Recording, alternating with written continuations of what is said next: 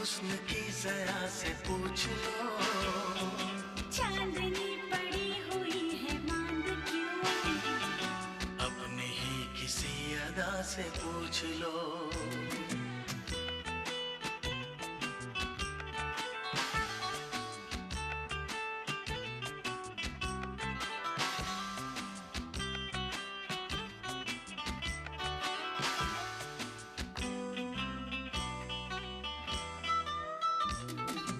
बादलों में छुप रहा है चांद क्यों, अपने हुस्न की जरा से पूछ लो, चांदनी पड़ी हुई है मांद क्यों, अपने ही किसी अदा से पूछ लो।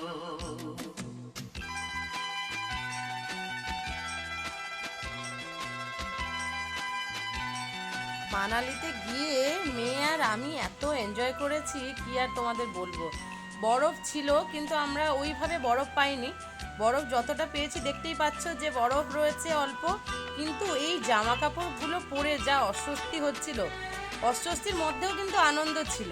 কেননা বরফে ঢাকা শহর সবসময় তো আমাদের হয়ে ওঠে না, কেন আমরা থাকি কলকাতায়, তো আমরা মাঝে মধ্যে ঘুরতে গেলে সবসময় আমরা পাহাড় বরফ এগুলো বেশি ভালোবাসি, কেন ওর অ্যাটমসফিয়ারটাই আলাদা। এই গরম থেকে রক্ষে পেতে গেলে সবসময় মনে হয় যেন বরফের দেশে যাই, বরফের দেশে থাকি।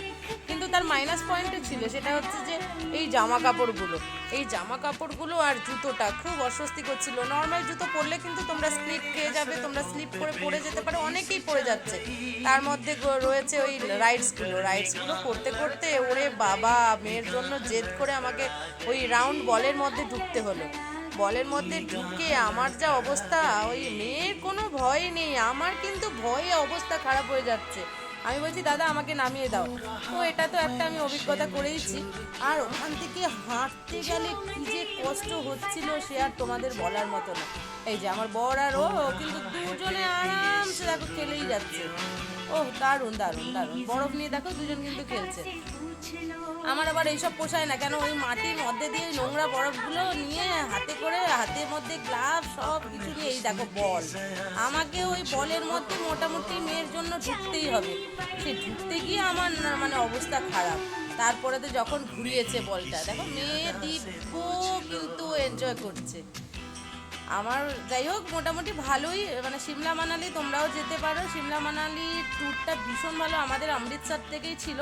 তো অমৃতসর, তারপরে হচ্ছে মানালি, তারপরে সিমলা। মানালি তো সত্যি ন্যাচারাল বিউটি যাকে বলে, এত দারুণ, কি অবস্থা। এরপরে এসছে ইয়াক রাইড, ওরে বাবারি কি ভয় লাগছিল ওই রাস্তাগুলোর মধ্যে দিয়ে, আমাদের তো অভ্যেস নেই।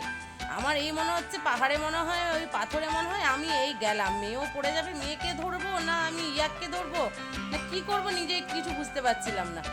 আর তার মধ্যে ওই লোকটা বলছে আপনি ধরে রাখুন কোনো অসুবিধা হবে না, আপ পাকারকে রাখিয়ে।